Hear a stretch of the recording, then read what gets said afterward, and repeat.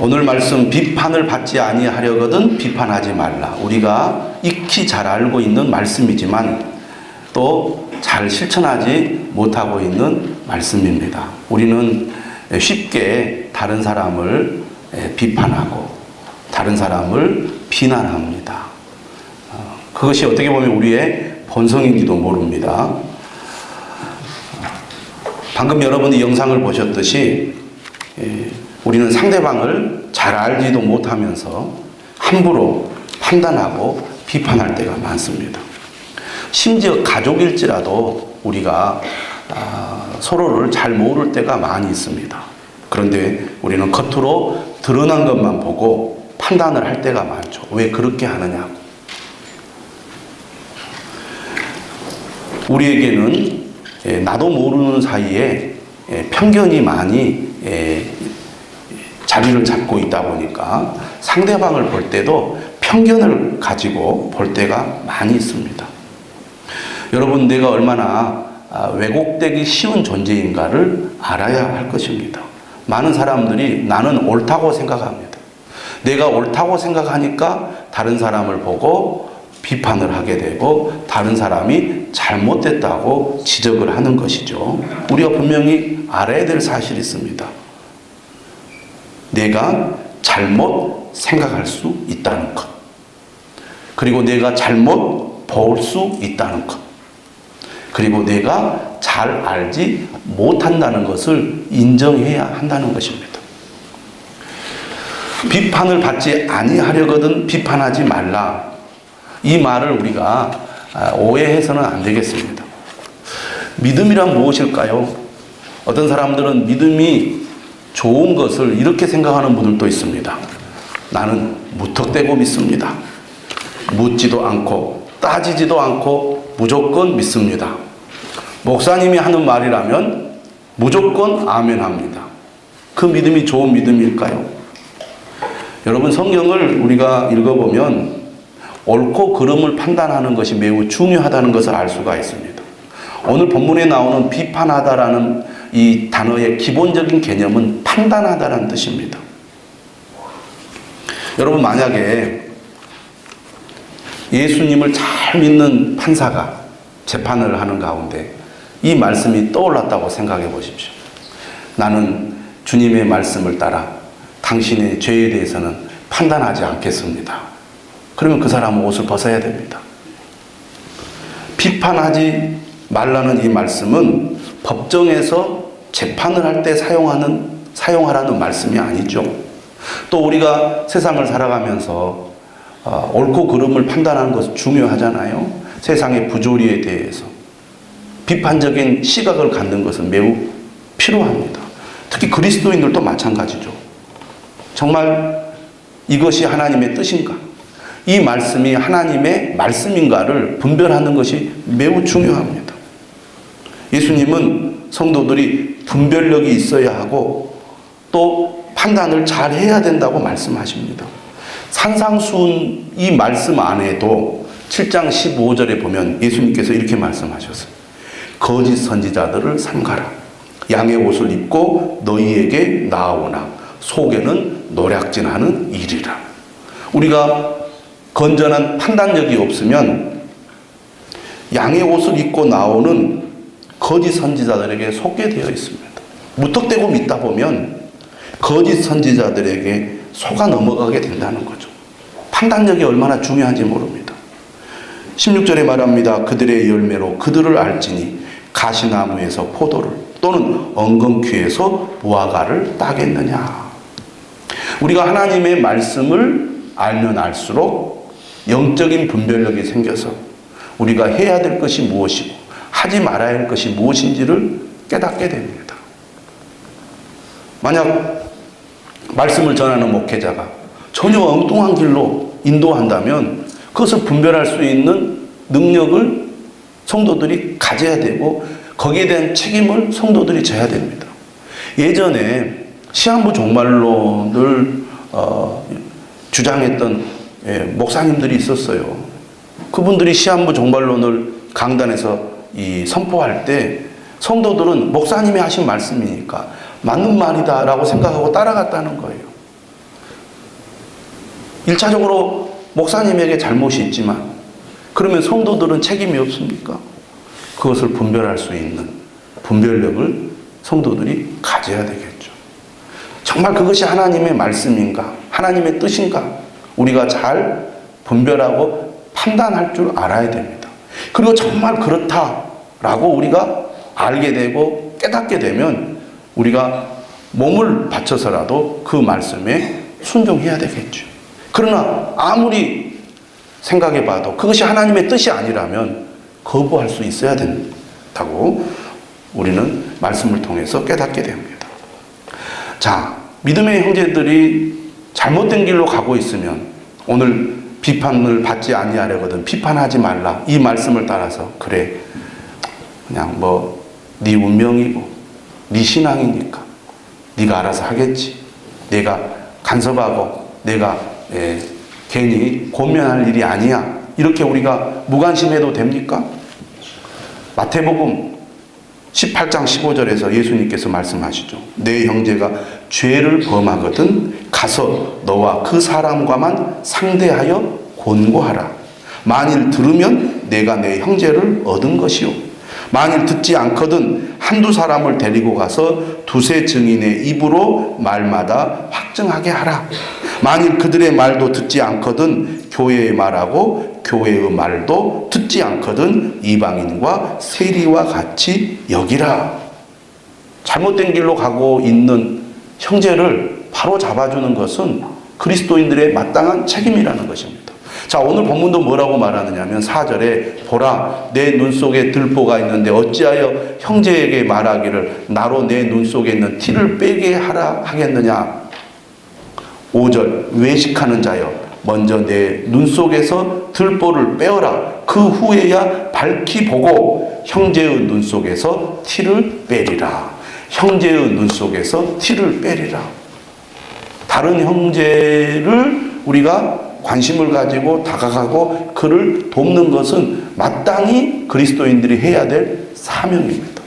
그런데 방금 제가 읽어드린 이 5절의 말씀은 끝부분이 핵심이 아니고 앞부분이 핵심입니다. 무엇이 먼저냐? 그것을 오늘 예수님은 말씀하고 있는 것입니다. 7장 1절에서 6절의 말씀은 상호성의 원리를 중심으로 전개가 되고 있습니다. 인간관계에 있어서 상호성이란 무엇이냐? 내가 다른 사람을 대한 그대로 대우를 받게 될 거라는 내용이죠. 12절의 말씀을 우리가 황금률이라고 말합니다. 한번 읽어볼까요? 7장 12절 시작. 그러므로 무엇이든지 남에게 대접을 받고자 하는 대로 너희도 남을 대접하라. 이것이 율법이요 선지자니라. 무엇이든지 남에게 대접을 받고자 하는 대로 너희도 남을 대접하라. 알렉산더 세베루스라는 황제가 그의 궁전벽에 금으로 새겨 놓았기 때문에 붙은 별명입니다. 황금률. 용서하면 용서를 받게 될 것이고 사랑하면 사랑을 받게 될 것이고 긍휼히 여기면 긍휼히 여김을 받게 될 거라는 것입니다. 여러분, 남이 싫어, 내가 싫은 것은요 남도 싫어요. 그러니까 내가 싫어하는 것을 남에게 시키는 것은 옳지 않다는 겁니다. 내가 좋아하면 다른 사람도 좋아할 수 있다는 것을 생각하라는 얘기죠. 우리가 가까운 가족과의 관계에서 특히 부부 관계에서 그런 생각을 많이 하잖아요. 상대방이 나에게 잘해주면 나도 잘해주겠다. 상대방이 나에게 잘해준 것이 아무것도 없기 때문에 나도 잘해주기가 싫다. 그러다 보니까 계속 사이가 나빠지게 됩니다. 7장 12절의 말씀은 뭐라고 말합니까? 남에게 대접을 받고자 하는 대로 너희도 남을 대접하라.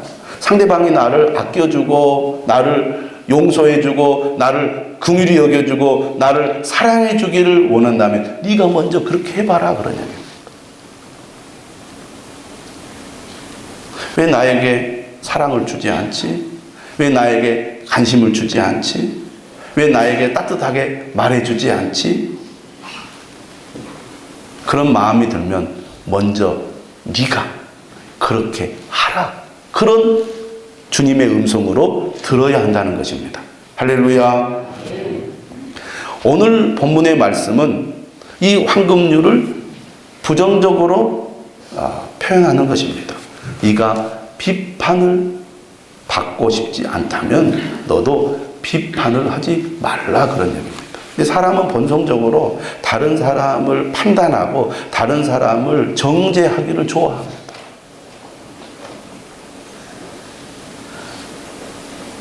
여러분, 사람들을 만나고 사람들과 관계하고 이렇게 하루하루 생활하면서 여러분 자신을 돌아보면서 하나님, 내가 참 이렇게 부족합니다. 내가 이렇게 실수가 많습니다. 내가 더 잘하도록 하겠습니다. 이렇게 여러분들이 생각하기보다는 저 사람 왜 저런지 모르겠어. 정말 피곤해. 왜 저럴까? 그런 생각이 훨씬 우리 마음속에 많이 있습니다. 그래서 하루를 이렇게 보내면서 곱씹지요.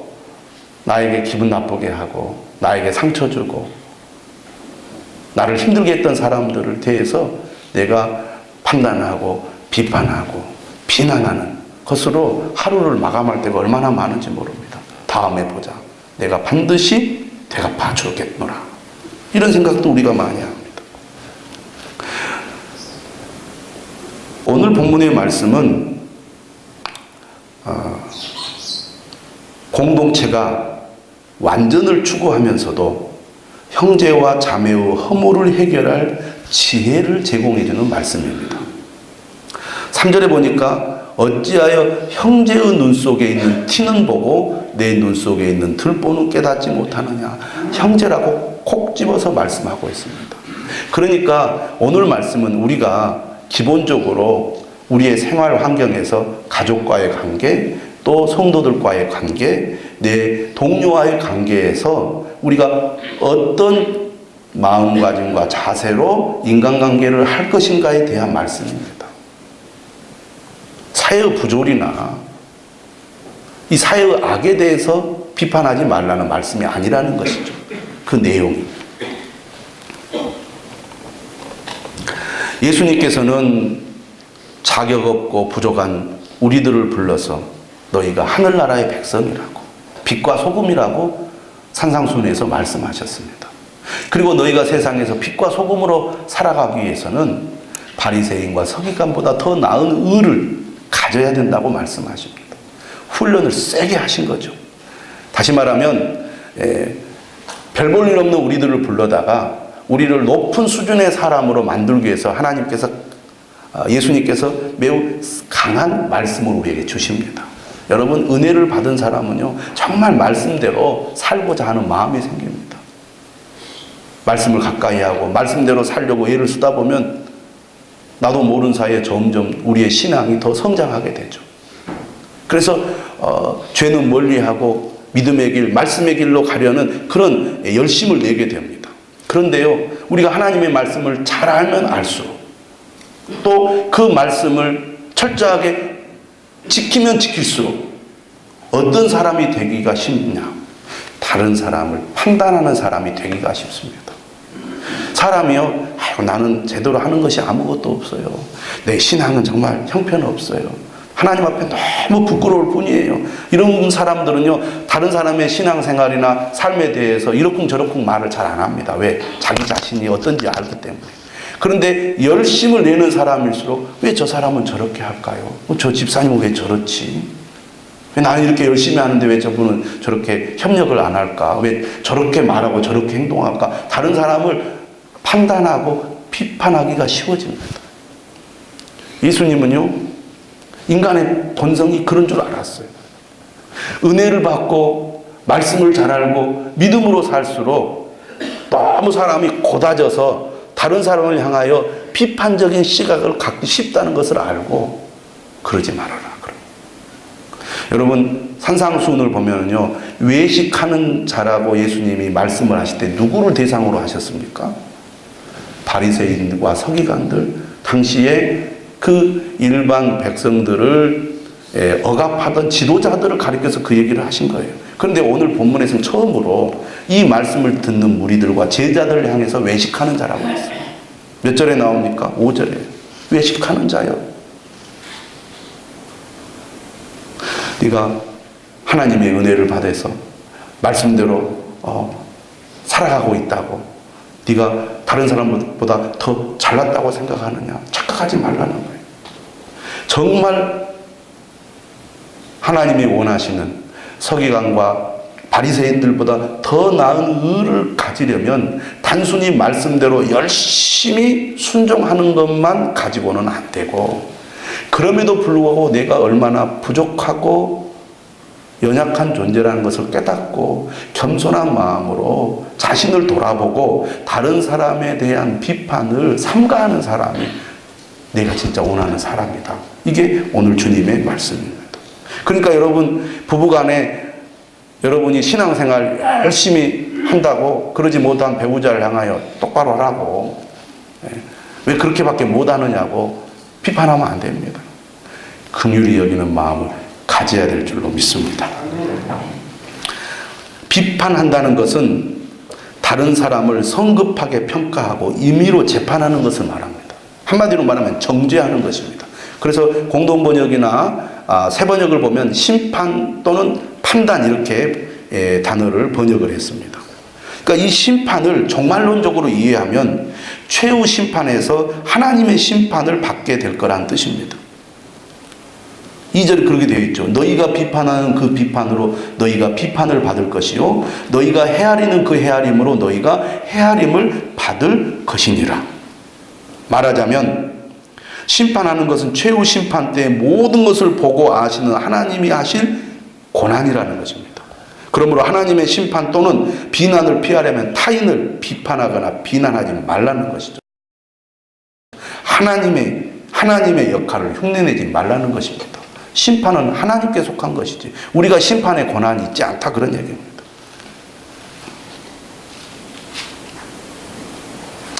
너희가 비판하는 그 비판으로 너희가 비판을 받을 것이요, 너희가 헤아리는 그 헤아림으로 너희가 헤아림을 받을 것이니라는 말씀은 인간의 본성을 잘 드러내는 말씀이에요. 자, 사람은 자기 자신에 대해서는 관대하고 타인에게는 엄격한 경향이 있습니다. 여러분들이 운전할 때 많이 경험하는 거예요. 누가 갑자기 끼어들면요, 내 생명을 위협하는 것으로 느낍니다. 그렇잖아요. 그러니까 바로 입에서 욕이 나옵니다. 저런. 어떻게 교양 없이 운전을 저렇게 하나. 근데 여러분, 우리가 급한 일이 있으면요, 나도 모르는 사이에 또 끼어들기를 합니다. 그럼 옆에서 빵빵 크락션을 이렇게 울리면서 뭐라 그러면, 사정도 모르고 그만 좀 하세요 하면서 또 갑니다. 똑같은 기준으로 우리가 판단하지 않고 나에 대해서는 관대하게, 남에 대해서는 엄격하게. 하나님은 내가 나를 판단하는 기준으로 나를 심판하는 게 아니라 내가 다른 사람을 판단하는 그 기준으로 심판하겠다는 거예요. 여러분, 비판을 잘 하는 사람은 다른 사람의 비판을 받게 되어 있어요. 여러분, 누군가를 비판할 때는 그 비판하는 기준이 있습니다. 그러면 비판을 하게 되면 그 기준을 상대방이 알게 되잖아요. 그러면 상대방은 그 기준을 가지고 비판하는 사람을 또 판단하게 돼 있어요.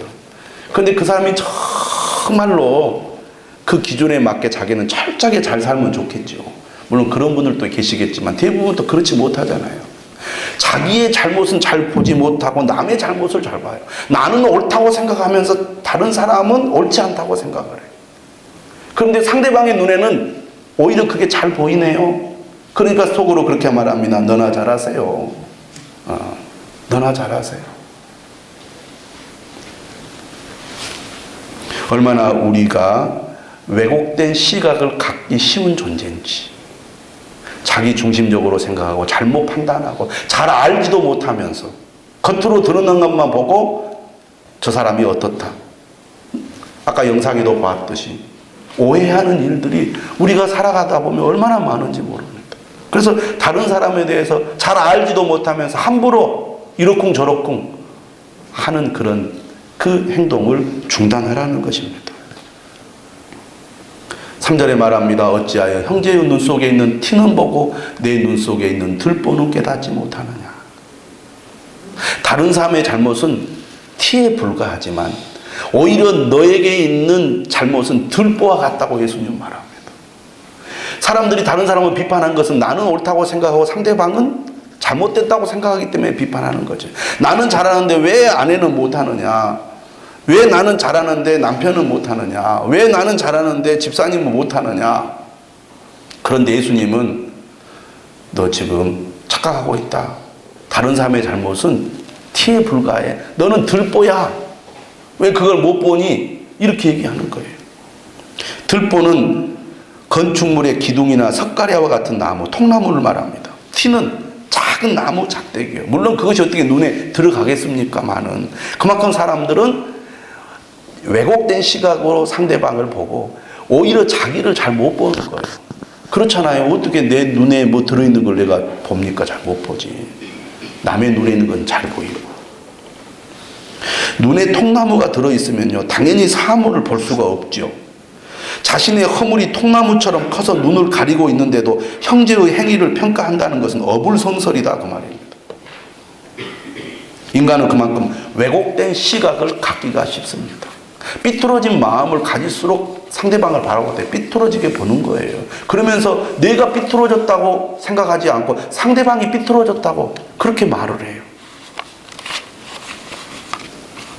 그러므로 오늘 주님은 말합니다. 보라, 내 눈 속에 들보가 있는데 어찌하여 형제에게 말하기를 나로 네 눈 속에 있는 티를 빼게 하라 하겠느냐.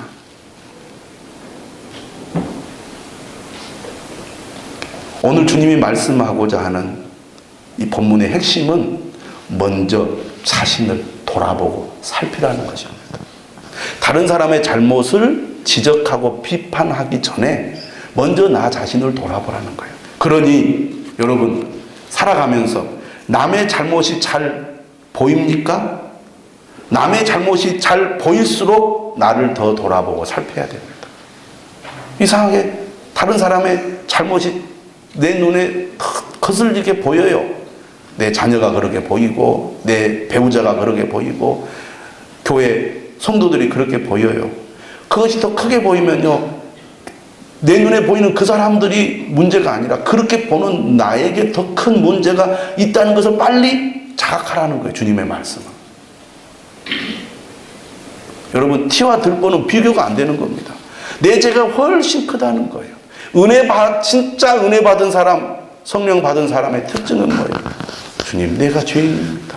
내가 더 잘못했습니다. 바울이 뭐라고 말합니까? 내가 죄인 중에 괴수다 그렇게 말합니다. 우리가 성경을 통해서 바울을 보면 바울은 절대 그런 사람이 아니거든요. 그런데도 자신을 향하여 나는 죄인 중에 괴수라고 해요. 정말 하나님의 말씀 안에서 내 자신을 들여다보다 보면 정말 하나님 앞에 내세울 것 하나도 없는 죄인임을 깨닫게 됩니다.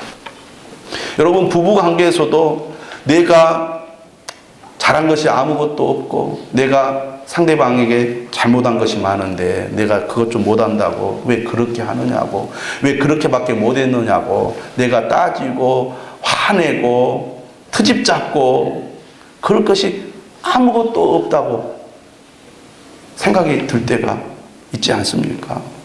그런 마음이 있으면요, 정말 상대방에게 화낼 일이 없더라고요. 내가 잘한 것이 없는데 내가 상대방이 좀 내 눈에 거슬리는 행동을 한다고 그거 가지고 내가 따질 것이 뭐가 있느냐고 그렇게 생각하면요, 싸울 일이 별로 없어요.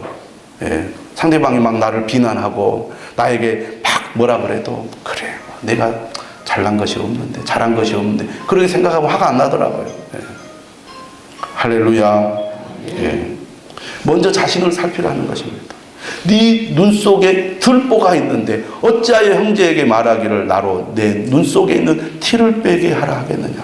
정말 나에게 들보가 있다는 것을 아는 사람은 상대방에게 있는 것은 티에 불과하다는 것을 아는 거예요. 내 죄가 크고 내 잘못이 큰데 상대방의 그 작은 잘못에 대해서 내가 이러쿵 저러쿵 할 자격이 있겠어요? 염치가 없어서 못하지.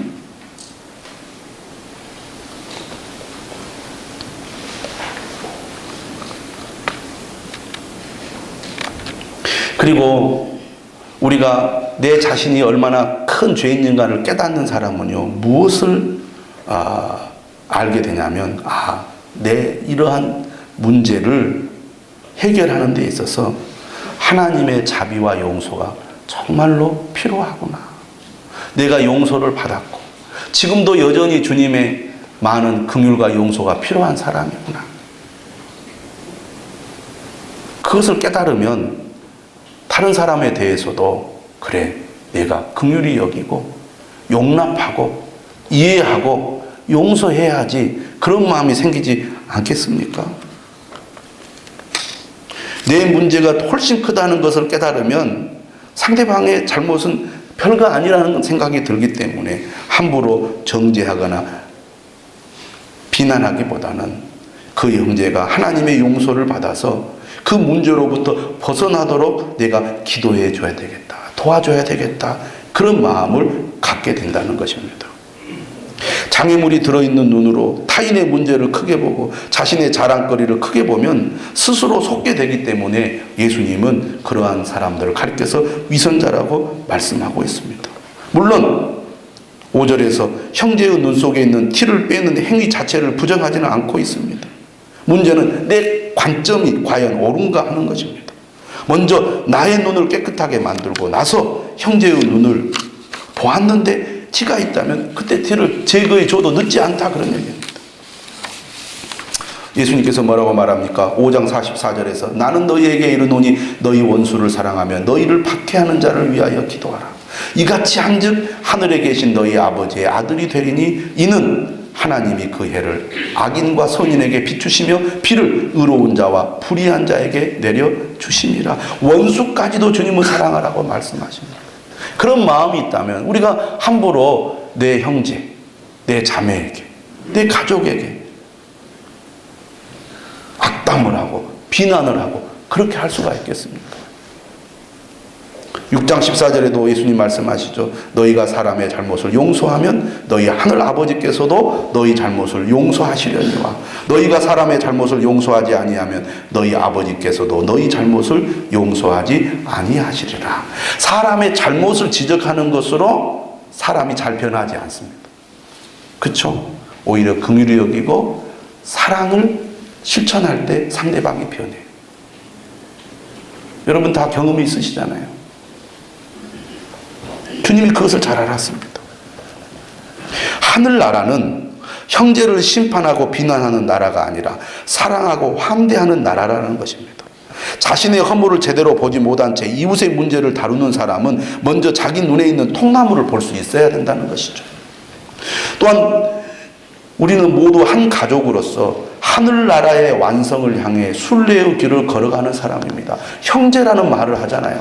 하늘 아버지를 모시고 있는 가족의 관계라는 겁니다. 우리가. 그렇기 때문에 우리가 이 한 믿음의 길을 가는 이 순례의 길은 험한 길이잖아요. 박해가 있는 험한 길, 어려움이 있는 험한 길인데 이때 우리가 어떤 마음가짐으로 살아야 된다고 주님 말씀하십니까? 서로에 대해 긍휼의 마음을 가져야 한다는 것입니다. 비판을 받지 아니하려거든 비판하지 말라. 주님의 그 마음을 가지고 상대방을 긍휼히 여겨라. 그런 얘기죠.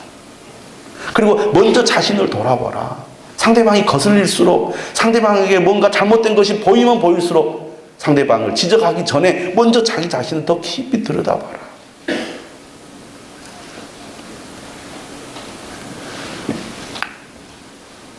그런 여러분들이 되시기를 주님의 이름으로 축원합니다. 6절은 이렇게 말해요. 거룩한 것을 계획해 주지 말며 너희 진주를 돼지 앞에 던지지 말라. 분별에 관한 말씀이죠. 이 말씀도. 자, 우리가 긍휼의 마음으로 상대방을 도와주려고, 상대방을 바로 잡아주려고 우리가 시도를 합니다. 그런데 상대방이 오히려 공격적인 태도를 가지고 나에게 달려들면 어떻게 하겠느냐고 말이에요. 예수님의 말씀은 개처럼 적대적으로 행동하는 사람에게는 거룩한 것을 주지 말아라. 이렇게 말씀하십니다. 다시 말하면 제자들의 조언이 얼마나 중요하고 가치 있는지 모르고 적대적으로 대응하는 사람들을 조심하라고 말입니다. 그러니까 다른 사람에 대해서 조언하고 고면하는 것도 아무에게나 할 수 없는 것이다 그 말이죠. 개에게. 예.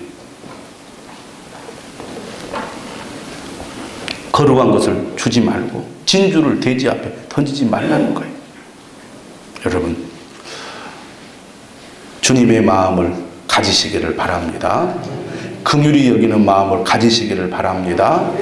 또 우리가 분별력을 가지고 우리가 서로를 잘 살피고 잘 알지도 못하면서 함부로 말하거나 비판하지 말고 주님의 마음을 가지고 사랑하고 용서하고 긍휼히 여기면 무엇이든지 남에게 대접을 받고자 하는 대로 너희도 남을 대접하라는 그 말씀이 우리의 삶에 이루어질 줄로 믿습니다. 찬송하겠습니다.